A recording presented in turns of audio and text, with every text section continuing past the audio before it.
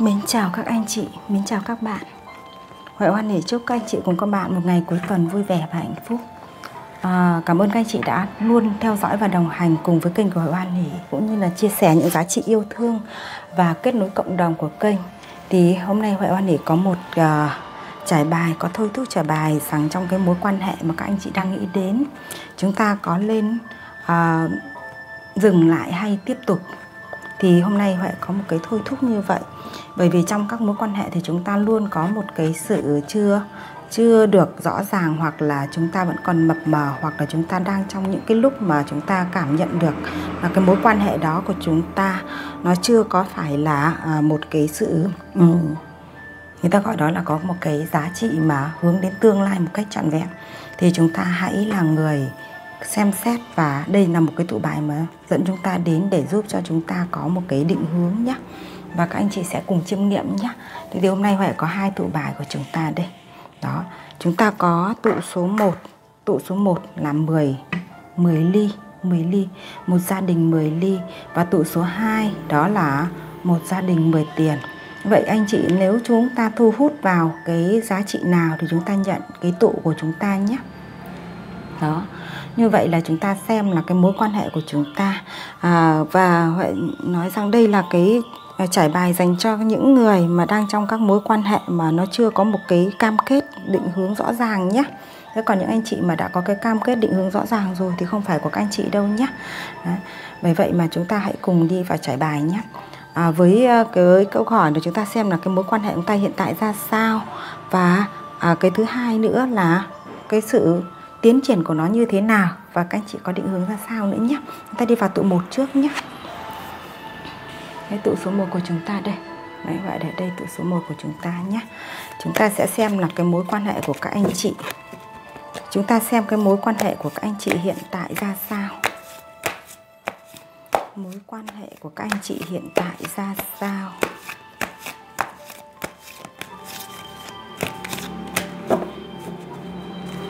Mối quan hệ hiện tại của các anh chị ra sao.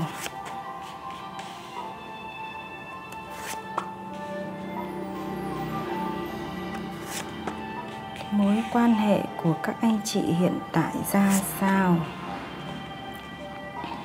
Đây thì Huệ nhìn thấy rằng các anh chị đang trong tụ 1 của chúng ta ấy, thì mối quan hệ của các anh chị hiện tại bây giờ nó đang là một cái gánh nặng, đang là một cái sự gì đó mà các anh chị cảm thấy rằng nó rất mệt mỏi. Nó rất mệt mỏi. Nó rất có một cái điều mà chúng ta cảm thấy rằng chúng ta đang có cái sự gồng gánh lên để giúp cho chúng ta có thể bước đi từng bước trong mối quan hệ. Hoặc là nó có thể mệt rồi mà chúng ta đang có thể ngừng rồi. Đó nhé. Và bởi vì tại sao cái mối quan hệ của chúng ta nó là như vậy? Bởi vì chúng ta dường như cái mối quan hệ này nó khởi đầu bằng một cái sự rất là vội, rất là nhanh, rất là đam mê, rất là cuốn hút, rất là có những cái điều mà chúng ta tưởng chừng như đó chính là một cái mối quan hệ định mệnh của mình rồi. Hoặc nó cũng có thể là mối quan hệ định mệnh, nhưng chúng ta thấy rằng cái sức hút ban đầu nó mang lại cho chúng ta rất nhiều cái cảm giác đam mê, rất nhiều những cái giá trị mà chúng ta cảm nhận được. Nó là một trong những cái mối quan hệ mà chúng ta thấy nó dẫn chúng ta vào một trong cái mối quan hệ nó rất là nhanh. Đó. Thế nhưng mà trong cái quá trình tương tác, trong một cái thời gian tương tác tiếp đó, thì nó có những lúc mà các anh chị cảm thấy rằng nó cứ ngừng ngắt, hoặc là nó không ngừng ngắt, thì cái mối quan hệ của chúng ta nó lại càng ngày nó càng cảm giác như xa dần và nhạt dần, hoặc là nó lại có một cái điều gì đó làm cho các anh chị cần phải băn khoăn nghi ngờ ở cái phía đối phương. Do vậy mà các anh chị cảm thấy rằng cái tâm trí của các anh chị rất nặng nề, nó là như vậy. Tâm trí rất nặng nề.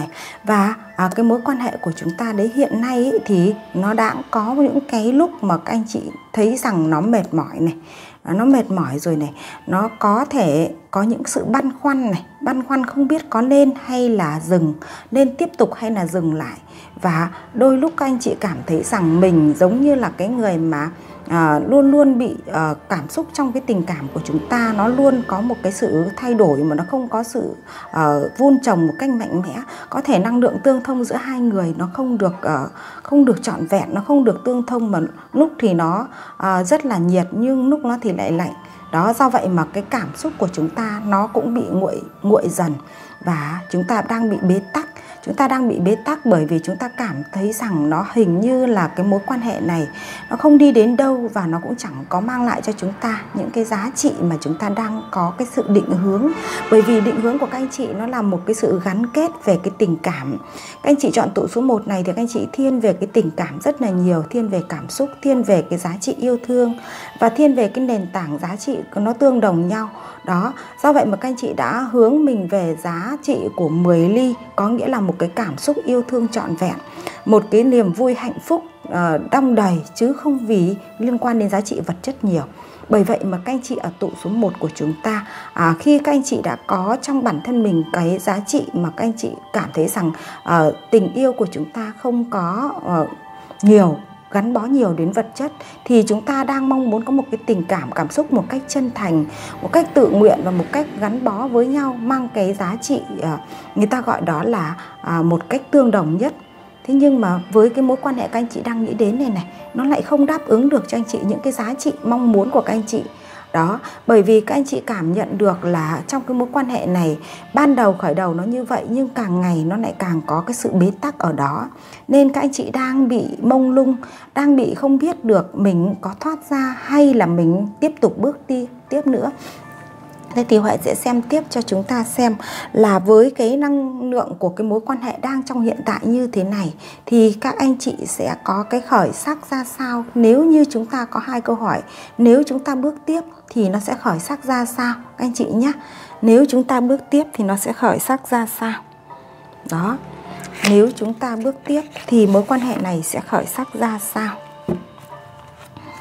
Nếu chúng ta bước tiếp thì mối quan hệ này sẽ khởi sắc ra sao.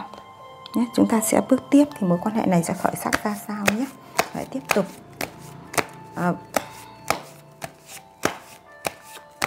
Nếu chúng ta bước tiếp thì mối quan hệ này sẽ khởi sắc ra sao. Nó có thoát ra khỏi những cái sự mà lạnh nhạt rồi cái sự mà cảm giác là nó như là nó bế tắc hay không nhé. Chúng ta nếu bước tiếp này. Nếu bước tiếp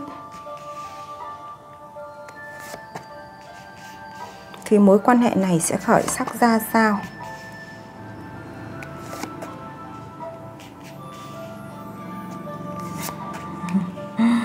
Đó, các anh chị nhìn này. Nếu chúng ta đặt câu hỏi rằng chúng ta bước tiếp thì mối quan hệ này sẽ khởi sắc ra sao, bởi vì ai cũng mong chúng ta có một cái mối quan hệ trọn vẹn. Thế nhưng chúng ta đặt với câu hỏi vũ trụ rằng nếu chúng ta bước tiếp thì khởi sắc sẽ ra sao. Thế thì vũ trụ đã có một cái thông điệp cho chúng ta ngay ban đầu này. Ngay ban đầu này chúng ta đã nhìn thấy rồi. Có nghĩa là trong mối quan hệ này nó có đi cái sự mất cân bằng. Mất cân bằng ở một cái khía cạnh nào đó. Bởi vì chúng ta có người thì rất chân quý yêu thương. Đây đặc biệt cái người nữ xem cái giá trị này. Thì chúng ta là một cái người rất chân quý yêu thương cái mối quan hệ này. Và chúng ta là những người bao dung độ lượng. Chúng ta là những cái người mà đầy đủ những cái giá trị bao dung độ lượng cũng như là đong đầy trong bản thân mình. Các chị là những người mà người ta gọi đó người mẹ thì nhân từ, còn người yêu thì rất là chu toàn, vun vén.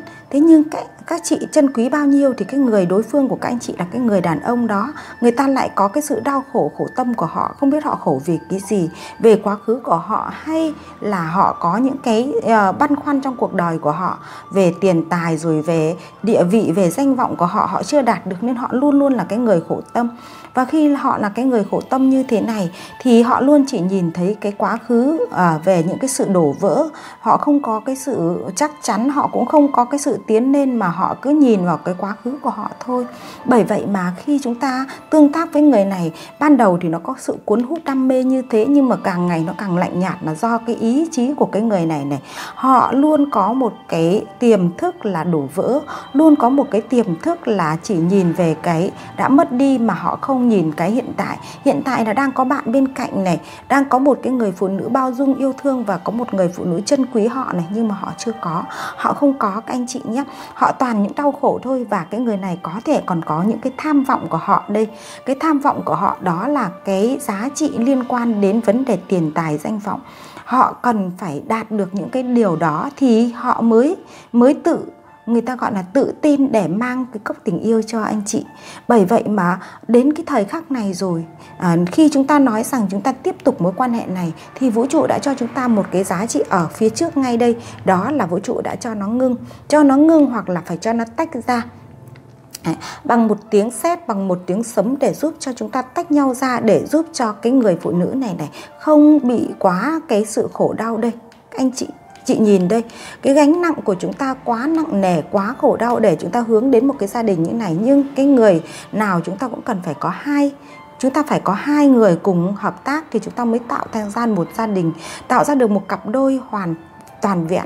Nhưng chúng ta chỉ có một mình chúng ta cố gắng, một mình chúng ta nỗ lực thôi. Còn họ thì sao? Họ thì hết cái lo cái nọ, họ nghĩ cái kia, họ buồn cái nọ, họ đau cái kia. Vậy họ cứ đau buồn như vậy mà chúng ta thì không thể có đủ sức, đủ lực để mà cõng họ được, để vác họ được, để đưa họ đi được đến bến bờ hạnh phúc được. Bởi vậy mà con người này chúng ta cảm nhận được là họ đang trên cuộc hành trình của họ, mà nơi đó họ không đặt trọng cái vấn đề tình cảm của các chị ở đây. Đó, họ không đặt trọng cái giá trị tình cảm của các chị ở đó. Họ chỉ bị các chị cùng cuốn hút với nhau trong giai đoạn đầu, nhưng mà để tiếp theo thì họ lại có những nỗi khổ của họ. Do vậy mà họ không có một cái sự cùng đồng hành với các chị. Bởi vậy mà vũ trụ đã nói rằng hãy để cho họ phải có một bước đi của họ. Họ phải nhìn ra được giá trị của họ đang có, và họ phải biết trân quý được các chị, phải biết nâng niu cái cốc tình yêu này. Thì vũ trụ đã cho nó phải ngưng ở đây là một tiếng sét, một tiếng sấm để giúp cho các chị cũng là đưa về để yêu thương chính mình, và không có một cái sự gồng gánh quá nặng nề như vậy nữa. Như vậy đây là câu hỏi là nhìn vào cái trả bài số 1 này thì chúng ta lại cái câu số 2 mà chúng ta hỏi nữa, đó là chúng ta có nên ngưng hay không ấy, thì nó lại quá là rõ ràng rồi, đúng không các anh chị? Đó, bởi vì câu này nếu tiếp tục thì nó sẽ như vậy. Thế còn vũ trụ đã cho nó một cái tiếng sét để mà tách ra rồi, thì bây giờ bảo có lên ngưng thì Huệ sẽ chuyển cái hướng là bây giờ có lên ngưng hay không nữa, mà có nghĩa là câu trả lời đã có thì chúng ta hỏi tiếp vũ trụ rằng khi ngưng lại thì người phụ nữ ở trong trải bài này sẽ phát triển ra sao nhá. Người phụ nữ sẽ phát triển ra sao? Đó, khi ngưng lại người phụ nữ sẽ phát triển ra sao, và người đàn ông thì cũng sẽ nhận ra được điều gì nhé. Thế để cho nó phù hợp với lại cái trải bài của chúng ta, bởi vì nó đã có câu trả lời sẵn của ý 1 và ý 2 nó cùng đồng nhất rồi các anh chị nhé. Vậy khi ngưng thì người phụ nữ của chúng ta phát triển ra sao?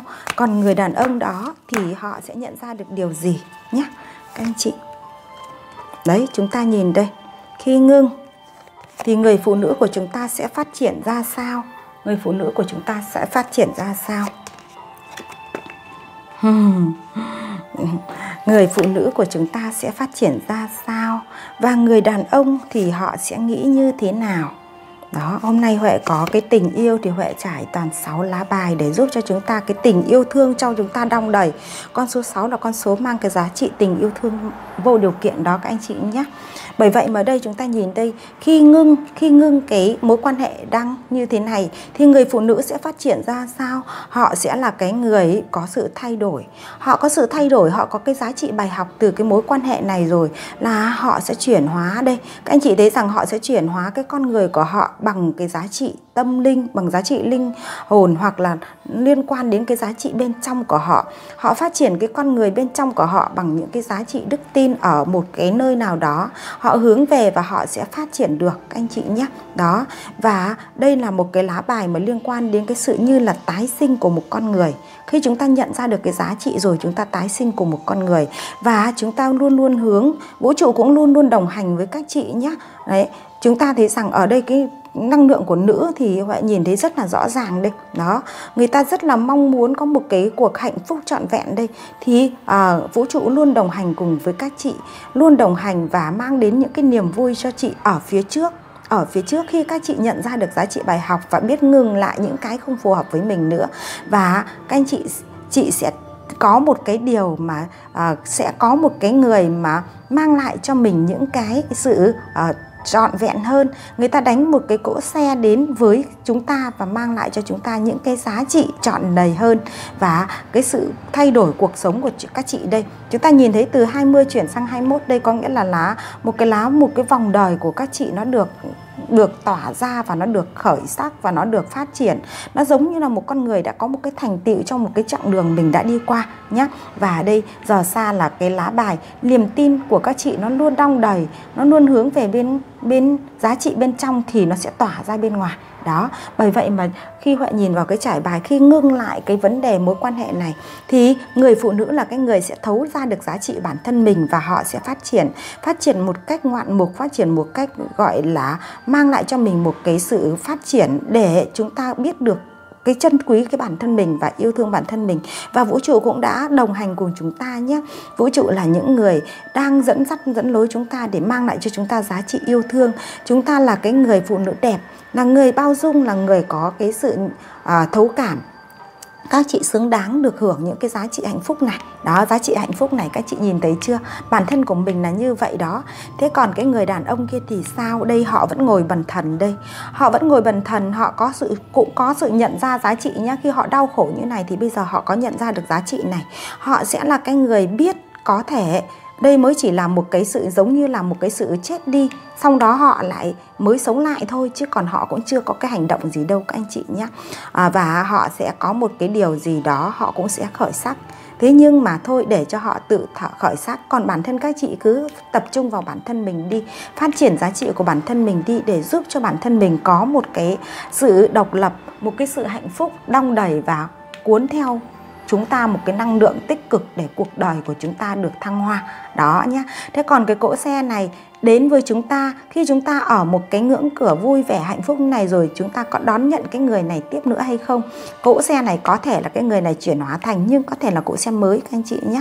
Bởi vậy mà chúng ta hãy là cái người cho mình những cái quyết định khi chúng ta nghe được cái thông tin mà cái trường năng lượng, cái mối quan hệ này, đặc biệt là cái mối quan hệ này nó có phải giống như mối quan hệ của các anh chị đang được tương tác hay không nhé. Bởi vì khi năng lượng nó giống rồi thì câu chuyện chúng ta nó mới tương đồng.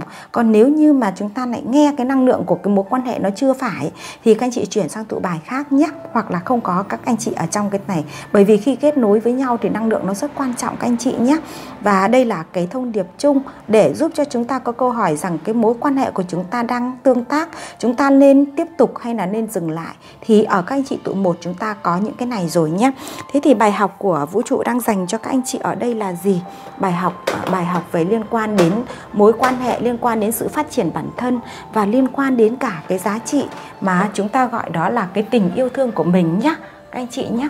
Thế thì Huệ sẽ có một cái thông điệp của vũ trụ. Vũ trụ là gì thì có thể có một bài Huệ sẽ có cái sự phân tích vũ trụ là ai, là gì mà đang dẫn lối chỉ đường cho mỗi con người. Thì Huệ, bởi vì đây nó liên quan đến giá trị tâm linh, liên quan đến giá trị của cái sự chân thực trong vũ trụ của chúng ta, thì Huệ sẽ có một cái trải bài Huệ sẽ phân tích để cho các anh chị nghe nhé. Còn hôm nay thì bởi vì cái thời lượng của chúng ta trải bài nó chỉ có hạn thôi. Đó, cái video Huệ quay nó chỉ có được giới hạn thôi, không thì up lên nó rất là khó. Đó, vậy bây giờ chúng ta xem là với tụ số Huệ xin ba cái thông điệp từ vũ trụ mang đến cho chúng ta nhé. Đó, 3 thông điệp từ vũ trụ mang đến cho chúng ta. Các chị ơi, có một cái thông điệp rất là rõ ràng đấy, rất là rõ ràng rồi. Đó, đây. Thông điệp đầu tiên mà Huệ nhận thấy rằng cái thông điệp rất rõ ràng của chúng ta đây, đó chính là chúng ta có qua trong cái mối quan hệ của các anh chị này, nó có một cái điều mà liên quan đến cái ngôn từ giao tiếp với nhau, nên nó có một cái nói rằng là trong cái vấn đề giao tiếp, cái ngôn từ nó rất là quan trọng. Nó giống như là con dao mà dao sắc, nó có thể giết con người của chúng ta bằng không cần phải rút máu. Có nghĩa là ngôn từ giao tiếp của chúng ta rất là quan trọng, và các anh chị cần phải học hỏi cả cái sự mà người ta gọi đó là ngôn ngữ trong giao tiếp, rồi là ngôn ngữ trong tương tác với mối quan hệ. Và đừng bao giờ để dùng cái ngôn ngữ để làm khổ đau nhau. Đó nhé. Thế thì đây chính là một cái sự học hỏi được mà anh chị cần phải có một cái sự tu dưỡng cho mình một cái ngôn từ đẹp, một cái giá trị. Dù chúng ta có bực tức hay chúng ta có thế nào đi chăng nữa, như cái ngôn từ chúng ta nói ra với nhau nó cũng cần phải có một cái sự chuẩn mực, cần có một cái sự mà không có thể dùng cái ngôn từ để làm khổ đau nhau nhé. Thì đây chính là cái lưỡi của chúng ta đấy. Lưỡi của chúng ta giống như con dao ấy. Nó không phải giết người bằng rút máu, nhưng mà nó có thể làm tổn thương đau nhau đến có thể đến rất là lâu dài nhé. Đó. Thế nhưng mà cái quan trọng nhất đó là đây là chúng ta hãy tập trung tâm trí sống trong hiện tại. Các chị ở trong tụ 1 này nhé, tập trung tâm trí sống trong hiện tại, và trong hiện tại của chúng ta mới là cái thời khắc quan trọng nhất. Vậy bây giờ hiện tại chúng ta nhận ra được giá trị gì? Chúng ta hãy tập trung tâm trí của mình sống ở ngay khoảnh khắc hiện tại. Và cái lá bài tiếp theo nữa đó là một con người thôi, một con người có thể thay đổi cả vũ trụ, cả thế giới. Bởi vì sao? Bởi vì mỗi con người ta là một tiểu hành tinh. Bởi vậy mà chúng ta thay đổi thì nhiều tiểu hành tinh góp lại sẽ thành đại hành tinh. Bởi vậy mà chúng ta sẽ thay đổi chính bản thân mình thì cuộc sống của chúng ta cũng sẽ thay đổi. Đây các anh chị nhìn đây, bản thân mình thay đổi, bản thân mình có làm những cái giá trị tốt đẹp thì cuộc sống của mình sẽ thay đổi. Và chúng ta làm ngay trong hiện tại này đi nhé, làm ngay trong hiện tại này đi, chứ không phải đợi đến khi nào nữa. Mỗi một khoảnh khắc hiện tại chính là một cái khoảnh khắc chân quý nhất các anh chị nhé. Vậy chúng ta hãy làm ngay những cái giá trị trong hiện tại, và đừng bao giờ dùng những cái ngôn từ không hay, ngôn từ đau chua xát để mà làm tổn thương bất kỳ ai. Và tổn thương ai cũng chính là tổn thương mình các anh chị nhé. Đó chính là thông điệp của vũ trụ dành cho các anh chị tụ số 1 của chúng ta trong cái cuộc hành trình của chúng ta đấy nhé. Trong cái cuộc hành trình của chúng ta đó. Đó, do vậy mà chúng ta hãy cùng phát triển để giúp cho chúng ta có một cái năng lượng mà tốt nhất nhé. Đó, phát triển và có năng lượng tốt nhất. Bởi vậy mà cảm ơn các anh chị tụ 1 rất nhiều. Các anh chị đã có cái trải bài về cái mối quan hệ của chúng ta, trải bài về mối quan hệ của chúng ta nhé. Đó, trải bài về mối quan hệ của chúng ta. Bởi vậy mà chúng ta hãy cùng Huệ chiêm nghiệm và cảm ơn các anh chị rất nhiều. Chúc các anh chị có những cái buổi ngày nghỉ ở nhà thật sự là an vui, và làm suy nghĩ, lắng nghe những cái điều mà Huệ đang có cái sự sẻ chia nhé. Bởi vậy mà chúng ta hãy cảm ơn nhé. Và Huệ xin phép là có nghe một chút nhé.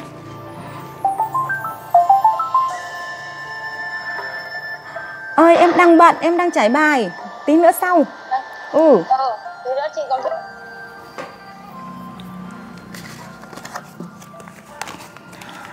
Huệ vừa có cuộc gọi đến thì làm gián đoạn một chút.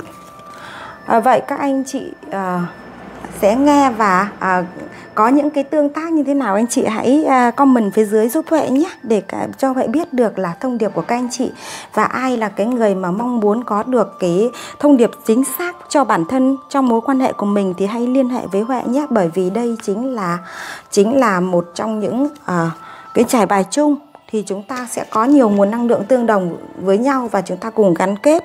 Nên những ai có cái năng lượng kết nối với Huệ Hoan Hỷ nhiều thì nó sẽ trồi lên. Thế còn chúng ta, nếu như câu chuyện của chúng ta nó có cái nào nó đúng thì các anh chị nhận nhé, còn cái nào nó chưa đúng thì các anh chị là để dành cho người khác nhé. Đó. Thế thì bây giờ chúng ta hãy cùng sang cái trải bài số 2 là các anh chị chọn 10 tiền đấy.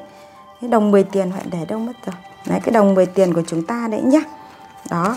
Vậy chúng ta có đồng 10 tiền thì chúng ta xem là chúng ta đang hướng về cái cuộc sống của mình nó bị thu hút chúng ta về đó. Thế thì bây giờ chúng ta sẽ xem là với cái năng lượng như vậy thì chúng ta sẽ cảm nhận được là cái mối quan hệ của chúng ta hiện nay ra sao nhé. Vậy thì check năng lượng mối quan hệ của chúng ta hiện nay ra sao. Cảm ơn các anh chị tụ 2 đã đến với kênh của Hoan Hỷ và luôn có sự sẻ chia cùng những là có cái sự đón nhận những cái thông điệp từ vũ trụ thông qua kênh nhé. Cảm ơn các anh chị rất nhiều. Bây giờ Huệ sẽ check năng lượng của mối quan hệ các anh chị trong tụ số 2. Mối quan hệ của các anh chị trong tụ số 2 nhé. Mối quan hệ của các anh chị trong tụ số 2 của chúng ta. Tụ số 2 của chúng ta đây, mối quan hệ của các anh chị đây. Mối quan hệ của các anh chị trong tụ số 2 của chúng ta đây.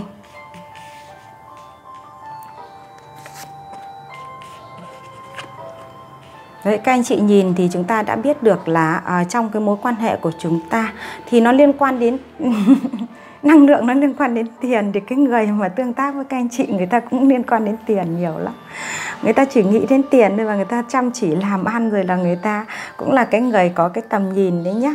Vậy trong cái mối quan hệ này thì Huệ thấy rằng cái tương tác mà nó đang được diễn ra ấy, thực ra là hai người đều có cái liên quan đến cái danh vọng địa vị của mỗi người.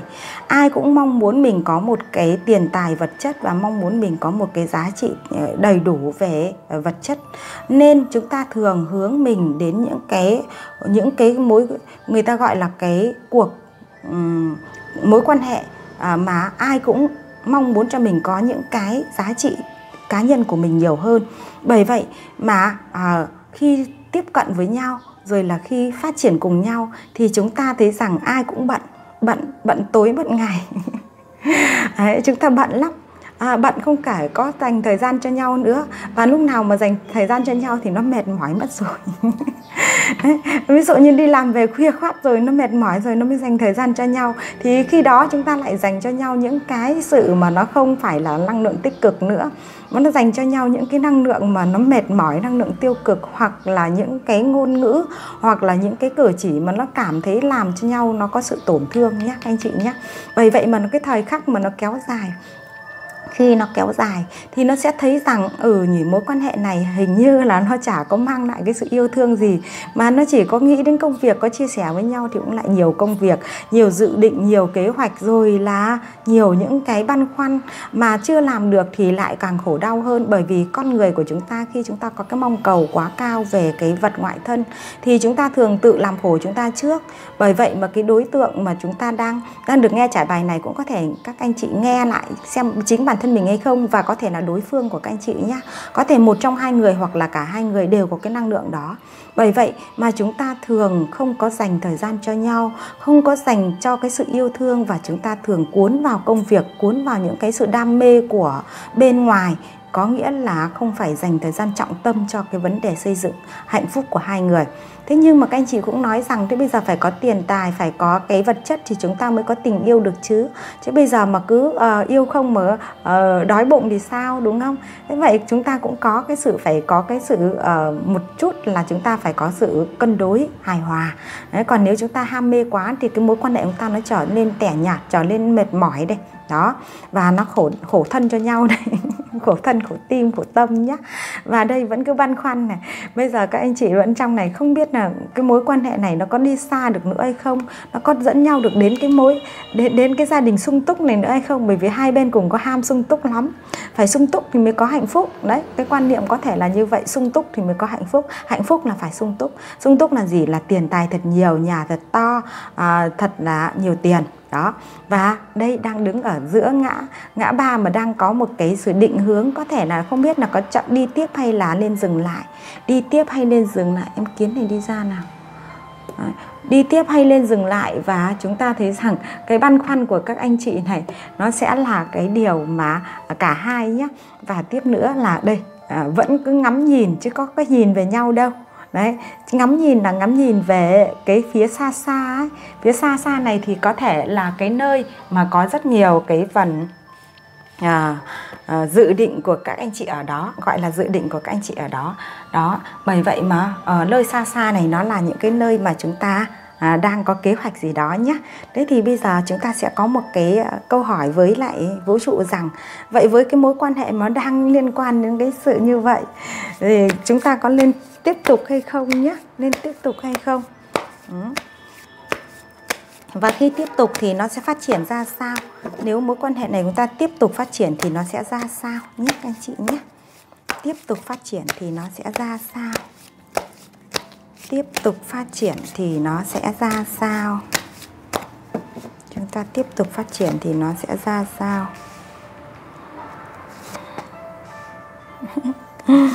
Tiếp tục phát triển thì nó sẽ ra sao. Chúng ta nhìn thấy lá bài nó rất là rõ ràng đó. Đó, chúng ta thấy rằng khi hỏi tiếp tục phát triển thì nó sẽ ra sao, thì có người sẽ chỉ tiếc về những cái sự tổn thất nào đó trong cái cuộc hành trình, tiếc về cái điều mà chúng ta đang chưa đạt được, và tiếc về những cái mục tiêu mà chúng ta chưa hướng tới. Chúng ta đang rất là tiếc, hoặc là chúng ta đang có một cái sự phấn đấu nỗ lực trong cái công việc của chúng ta đây. Đấy, rất là nỗ lực. Và chúng ta nỗ lực như thế này thì chúng ta cần để đạt được cái vua của tiền này. Nó có nghĩa là ở những cái người trong này, đặc biệt là đối phương của các anh chị đang nghe này, người ta cần phải đạt được cái vua tiền. Khi đạt được vua tiền thì họ mới có thể nghĩ đến tình cảm, tình yêu được. Còn bây giờ họ cứ để mặc các anh chị ở đó, cứ ngồi đó hoặc là cứ ở đó mà trông ngóng chờ đợi, hoặc là người ta còn phải cuộc hành trình của họ.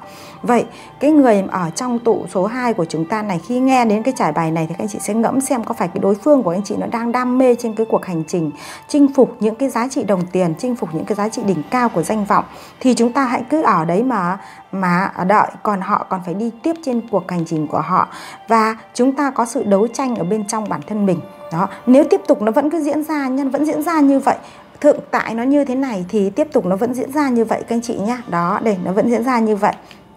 Các anh chị luôn có sự đấu tranh. Đấu tranh là có nên đợi tiếp cái ông vua tiền này, đợi ông thành vua tiền hay không, hay là chúng ta có sao thì chúng ta đang phát triển để chúng ta còn có cái sự được, người ta gọi đó là bản thân của mình cần phải biết giá trị của bản thân mình, hay là cứ đứng đây để chờ đợi cái ông đấy về, chờ đợi cái ông đấy về. Đây là một sự đấu tranh trong tư tưởng của anh chị rất lớn nhá. Đó, đợi khi người ta thành công người ta sẽ quay về, còn bây giờ người ta còn đang mải mê chinh chiến ở ngoài thương trường, người ta còn đang đi trên cái chặng đường của họ. Bởi vậy mà họ có thể bỏ quên chúng ta, họ có thể lâu lâu họ mới có thể hỏi thăm, hoặc lâu lâu họ có thể tương tác, hoặc cũng có thể là họ ngừng. Đó, và chúng ta thì làm sao? Chúng ta thì vẫn cứ đây, vẫn cứ dõi theo, vẫn cứ buồn giàu, nhiều khi còn tổn hại đến cả cái sức khỏe của bản thân mình nữa, và tim thì đau. Đó, bởi vậy mà chúng ta có đợi hay không? Đó, thì nếu tiếp tục thì nó cứ diễn ra cái quá trình băn khoăn, và quá trình là người ta thì cứ đợi, người ta thì cứ tiến lên cái đường của họ đang chọn. Mà trong đường của họ chọn đó thì họ rất là vô tâm với lại cái tình cảm xúc của mình. Đó, thì anh chị đang bị đấu tranh tư tưởng đây. Và tiếp nữa là đến chặng là các anh chị biết xoay ra cái chiều hướng khác để nhìn. Đó, nếu các anh chị biết xoay ra cái chiều hướng khác để nhìn, có nghĩa là chúng ta không chỉ nhìn về cái giá trị mà hiện tại như vậy, mà chúng ta có thể nhìn đa chiều hơn. Có thể chúng ta sẽ chuyển hóa bản thân mình để biết nhìn đa chiều hơn, thì chúng ta đỡ bớt lo lắng, đỡ bớt mệt mỏi, và đỡ bớt bị đấu tranh như thế này. Thế các anh chị đang thư thái nhá. Nếu tiếp tục thì các anh chị phải có cho mình dành cái thời gian thư thái như thế này, để các anh chị ngẫm nghĩ về bản thân mình, ngẫm nghĩ về mối quan hệ, và ngẫm nghĩ cả về mình có nên lựa chọn cái cách như thế này nữa hay không. Và đây cũng chính là mục tiêu của họ nhé, chứ họ cũng không phải là có một cái gì mà để làm mệt mỏi, tổn thương đến chúng ta. Nhưng chính cái cách thức họ thiếu quan tâm, họ thiếu có cái sự tương tác, và họ lạnh giá để họ phát triển mục tiêu của họ, thì bản thân của các anh chị tự là người như vậy nhá. Đó, đây. Vậy để đạt được cái giá trị 10 tiền của một gia đình này thì nó không đơn giản các anh chị nhé. Nó không đơn giản đâu. Bởi vậy mà chúng ta hãy cùng nhau tiếp xem là vậy khi mà cái giá trị đó nó phát triển đến mức độ như vậy thì chúng ta sẽ tiếp tục ra sao nữa nha. Chúng ta có bây giờ câu hỏi thứ 2 vào tụ bài số 2 này thì hỏi cái câu tiếp tục thì nó ra như vậy. Thế bây giờ chúng ta có thấy mệt hay không thì các anh chị tự cảm nhận nhé. Đấy, tự cảm nhận. Đấy, có mệt hay là có một sự xoay chuyển, và vũ trụ nói rằng nếu tiếp tục thì người ta vẫn phát triển giá trị của họ, còn anh chị tự đấu tranh trong cái bản thân mình. Và khi nào các anh chị cảm nhận được là chúng ta phải có cách nhìn đa chiều về mối quan hệ thì các anh chị sẽ tự thư thái và tự nhìn ra rõ vấn đề. Thế nhưng mà các chị có hướng mình đi theo cái hướng này hay không, hay là bây giờ chúng ta có một cái câu hỏi tiếp theo, đó là nếu dừng lại thì mối quan hệ này sẽ ra sao nhé. Bởi vì trong tụ số 2 chúng ta có cái câu trả lời nó chưa được rõ ràng. Vũ trụ vẫn cho chúng ta hai hướng mà. Chúng ta sẽ xem tiếp nhé. Đó, nếu như chúng ta dừng lại thì chúng ta, cái mối quan hệ này nó sẽ thế nào nhé. Dừng lại thì mối quan hệ này sẽ thế nào. Đó, khi chúng ta dừng lại thì mối quan hệ này nó sẽ thế nào. Thì đây, khi các anh chị dừng lại, các anh chị buông bỏ buông bỏ cái mối quan hệ này thì các anh chị trở thành giờ phu, có nghĩa là trở thành một con người trống rỗng, trở một con người nó không còn cái nặng nề bên trong bản thân mình nữa này, nó không còn nặng nề bên trong mình nữa, nó không còn bị tổn thương nữa, thì các anh chị sẽ buông nó ra để cho mình trở thành một con người giờ phu, có nghĩa là một cái khởi đầu, bắt đầu từ đầu nhé, bắt đầu từ đầu. Thì các anh chị sẽ lại thấy rằng con người của các anh chị nó không phải đạt đến 10 tiền này nó mới sung túc, mà nó cũng lại sung túc ngay trong cái bản thân của mình, đó là tự mình cảm nhận được cái giá trị hạnh phúc. Thực ra là cái hạnh phúc khi chúng ta dừng lại thì cái hạnh phúc đó là hạnh phúc từ tâm mà. Hạnh phúc từ tâm không phải hạnh phúc mong cầu từ người khác. Thế nhưng mà cái hạnh phúc đó thì nó lại có sự an vui hơn. Bởi vì trong cái bộ này thì cái lá 10 tiền đây nó lại cái sự an vui, hạnh phúc hơn so với cái lá bộ chính này. Đó, bởi vậy mà chúng ta thấy rằng đây, hạnh phúc an vui là do cả hai cùng tương tác, chứ không phải là chúng ta nỗ lực phấn đấu có nhiều tiền mà chúng ta mới có được hạnh phúc đâu. Đấy, các anh chị nhận ra được cái giá trị đó nhé. Nhận ra được giá trị đó, không phải là cứ đợi đầy đủ đến nhiều tiền mới là hạnh phúc, mà phải hai người cùng tương tác với nhau thì cái đồng tiền hạnh phúc đó nó sẽ tự về. Bởi vì chúng ta có cái năng lượng của người ta gọi đó năng lượng hút về, thì hạnh phúc là ở từ bên trong, và hai người cùng nắm tay nhau đây, cùng có những đứa trẻ này thì hạnh phúc sẽ tự về, tiền sẽ tự về. Và lúc đó thì các anh chị ở đây sẽ cảm nhận được là hóa ra hạnh phúc không phải là chúng ta cứ đuổi theo đồng tiền. Khi chúng ta càng đuổi theo đồng tiền thì nó càng mang lại cho chúng ta nhiều cái sự khổ mệt. Nhưng chúng ta hạnh phúc ngay và chúng ta tự đón nhận với nhau ngay thì nó lại ra được ngay đây. Nên lúc đó các anh chị thấy rằng đồng tiền nó không còn phải là một cái mục tiêu cuối cùng để chúng ta phấn đấu, mà phấn đấu là sự hạnh phúc. Sự hạnh phúc trong tâm, sự hạnh phúc được sẻ chia và sự hạnh phúc bằng tương tác với nhau. Đó, và đây các anh chị nhận ra được điều đó thì các anh chị cũng sẽ không có mệt mỏi quá về những cái giá trị vật chất bên ngoài nữa, mà các anh chị sẽ hướng về bản thân mình. Thế nhưng khi các anh chị dừng lại thì thực ra là phải có một, khi nhận ra được giá trị như thế này rồi thì chúng ta phải có một cái sự, người ta gọi đó là một cái sự khổ đau trong một cái giai đoạn, chứ không phải là chúng ta đến ngay được cái năng lượng này đâu. Chúng ta phải có một cái sự khổ đau trong một giai đoạn, bởi vì chúng ta đang ngừng một mối quan hệ mà đây các anh chị đây, đấu tranh rồi đến sự khổ đau, và nhiều khi chúng ta cần phải chạy trốn nữa cơ ấy. Có nghĩa là 7 kiếm nó mang ra một cái gì đó mà nó cũng rất là mệt mỏi, và chúng ta cần phải chạy trốn cái năng lượng mà chúng ta đang được tương tác ấy. Chúng ta cũng cần chạy trốn. Sau đó là chúng ta cũng mất một thời gian để chúng ta làm gì? Chúng ta chữa lành nó. Chúng ta chữa lành nó, và sau đó thì chúng ta mới trở lên thành một con người. Trở lên thành một con người mà chúng ta biết ôm hoa, biết mang lại những giá trị tốt đẹp cho chính bản thân mình trước đã nhé. Đó, bởi vậy mà khi ngừng lại cái mối quan hệ này, khi ngừng lại thì sao? Các anh chị nhận ra được giá trị rất là to lớn. Và khi nhận ra được giá trị to lớn này thì các anh chị sẽ phục hồi dần lại những cái giá trị của mình đang bị tổn thương này nhé. Phục hồi lại.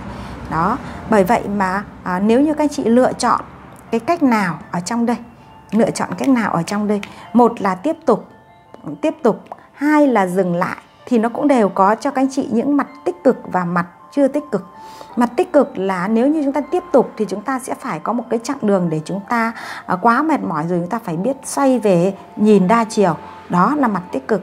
Thế còn mặt tiêu cực ở chưa tích cực đây là chúng ta sẽ bị cái năng lượng mệt mỏi này nó kéo dài đến khi nào chúng ta biết quan sát đa chiều và chúng ta biết nhận ra được giá trị thì chúng ta sẽ buông đi những cái gánh nặng đó, thì chúng ta sẽ bỡ mệt. Còn cái người này thì họ vẫn cứ phát triển của họ, và khi họ sung túc rồi họ mới nghĩ đến cái tình cảm nhé. Đó. Thế còn nếu khi anh chị buông ngay trong cái khoảnh khắc này thì các anh chị sẽ nhận ra được rằng cái bản thân các anh chị không bị gánh nặng này nữa, nhưng nó có nỗi buồn. Nỗi buồn ở đây là cái cảm xúc của chúng ta khi đã dành cho một ai đó, không phải một sớm một chiều chúng ta bỏ ngay được, mà chúng ta sẽ buồn ở đây là buồn rằng chúng ta đã đặt tình yêu vào họ, nhưng họ cũng không phải là cái người mà có một ai đó hay ra sao, nhưng họ lại mải mê quá, chúng ta cũng vẫn hướng về họ, nên chúng ta vẫn bị mệt một chút, một thời gian. Đến khi nào mà chúng ta cảm nhận được là chúng ta không còn bận tâm quá nhiều thì chúng ta tự yêu chính bản thân mình. Đấy, ôm hoa cho tặng mình này, ôm chính bản thân mình này, thì các anh chị sẽ thấy rằng bản thân của mình sẽ vượt qua, và các anh chị nhận ra được cái giá trị này. Đó, như vậy là nó đều có những cái khoảnh khắc như vậy. Thế còn đây là cái hướng của vũ trụ. Thế nhưng mà bây giờ chúng ta sẽ xem một cái trải bài nữa. là Huệ sẽ hỏi rằng vậy các anh chị lựa chọn, vậy kết quả của cái mối quan hệ này là gì nhá? Kết quả của mối quan hệ này là gì? Có hai hướng như vậy thì kết quả là gì các anh chị nhé? Huệ sẽ xin có kết quả của mối quan hệ này là gì? Kết quả của mối quan hệ này là gì?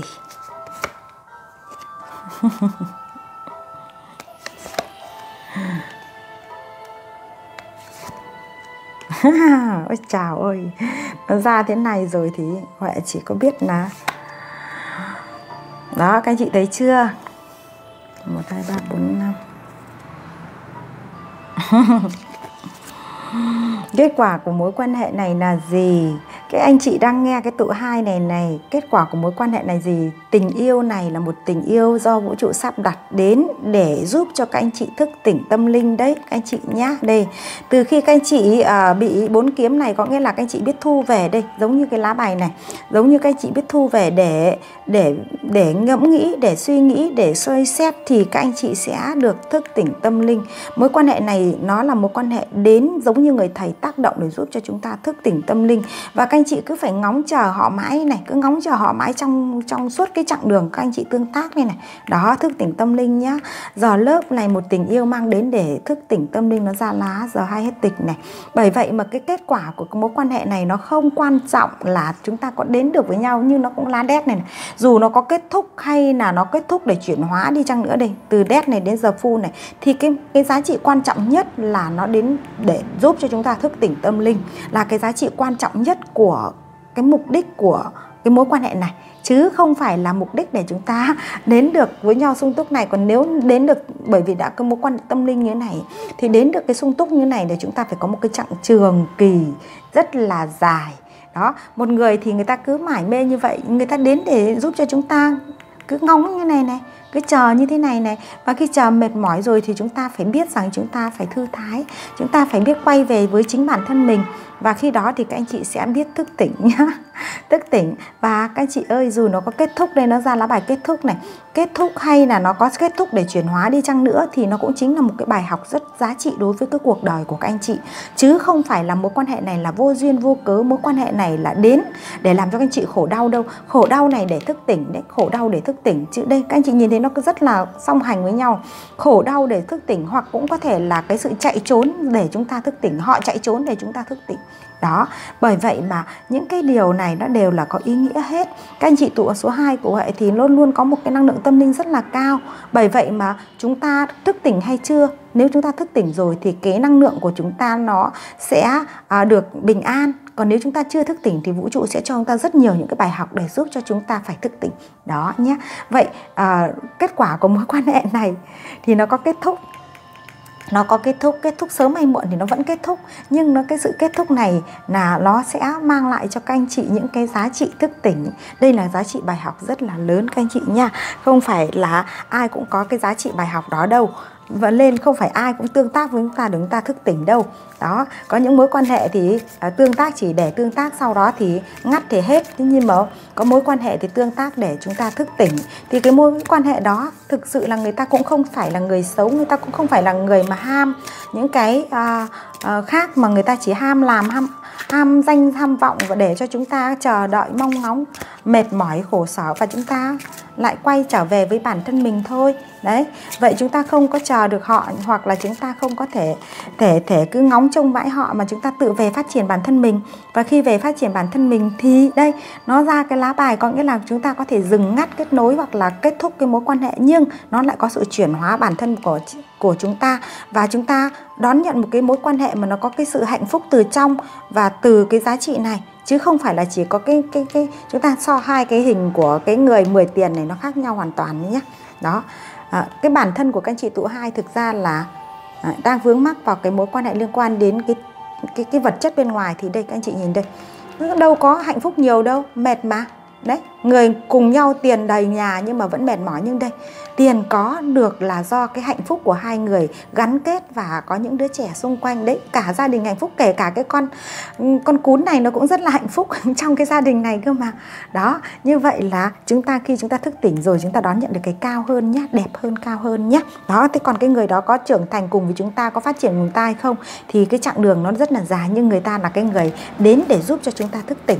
Chúng ta cảm ơn người ta thật mà. Đó nhé, cảm ơn người ta, bởi vì vũ trụ đã sai người ta đến giống như là một cái người thầy để tương tác giúp cho chúng ta thức tỉnh ấy, hoặc là người ta gọi là giống như một công cụ đến để giúp cho chúng ta đi trên cái chặng đường của mình một cách vững vàng hơn ấy. Đó, thế thì vũ trụ sẽ ban cho chúng ta những cái lời khuyên gì nhé các anh chị tụ hai nhé.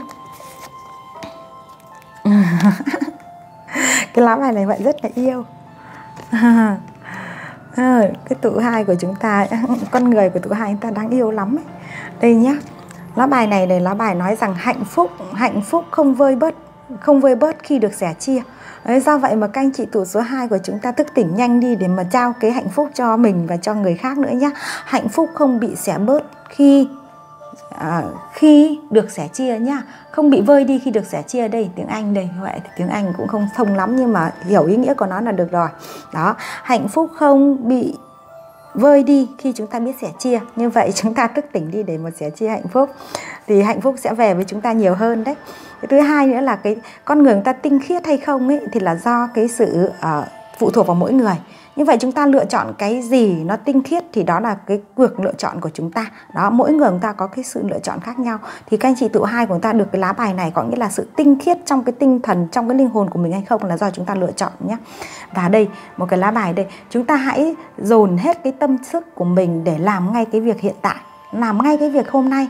Đó, đây là giống như cái lá bài số 17 này, nó giống như là một thanh niên để chúng ta biết cái giá trị của bản thân và chúng ta dồn ngay trong hiện tại để chúng ta làm nhé. Đó, như vậy chúng ta có cái lá trị này là quan trọng nhất này. Đấy. Còn đây là hai cái lá trị mà chúng ta có bổ sung thêm, đó chính là hạnh phúc không bị vơi đi khi chúng ta biết sẻ chia. Bởi vậy mà các anh chị hãy thức tỉnh tâm linh đi để giúp cho chúng ta trở thành những cái người mà mang đến cái hạnh phúc cho chính bản thân mình từ trong, và chúng ta lại biết sẻ chia cho những người để giúp cho chúng ta nhân cái giá trị hạnh phúc của bản thân mình lên nữa nhé. Đó, thì đây là giải bài của tụ số 2. Thì cảm ơn các anh chị tụ số 2 rất nhiều. Nếu ai lần đầu biết đến kênh của Huệ Oan Hỷ thì các anh chị hãy đăng ký kênh giúp Huệ nhé, và chia sẻ những cái giá trị yêu thương này đến với mọi người. Và những người hữu duyên với kênh của Huệ Oan Hỷ toàn là những người mà có một cái tâm rất là hướng người ta gọi là tâm từ, hướng về đạo. Bởi vậy mà Huệ cũng sẽ có những cái sự đón nhận từ các anh chị những cái giá trị như vậy, và mong cuộc hành trình của chúng ta ngày một hạnh phúc từ tâm, và hạnh phúc trao đi thì hạnh phúc lại càng về nhiều các anh chị nhé. Đây là một lá bài Huệ rất là yêu. Đó, và chúng ta cảm ơn nhau và hẹn gặp lại các anh chị ở các giải bài tiếp theo nhé.